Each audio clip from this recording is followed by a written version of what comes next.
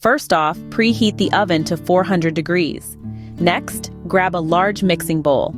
It's time to combine 2½ cups of Bisquick mix, 1 cup of milk, and 1 cup of shredded cheddar cheese. Stir these ingredients until a soft dough forms. Now grease an 8x8-inch baking dish or a similar size casserole dish. Spread the dough evenly in the dish, ensuring it reaches every corner. This forms the base of the casserole. The next step is to sprinkle the remaining ½ cup of cheddar cheese over the top of the dough. This adds a delightful layer of cheesy goodness that will melt and bubble in the oven. Place the casserole in the preheated oven and bake for about 20 to 25 minutes. Watch as the top turns a golden brown and the cheese bubbles.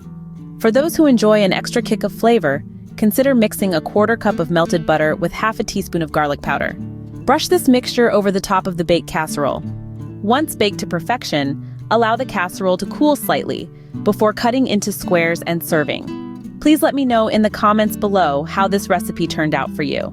As always, the recipe is in the description. Don't forget to subscribe and help Magnolia Moon reach 1,000 subscribers.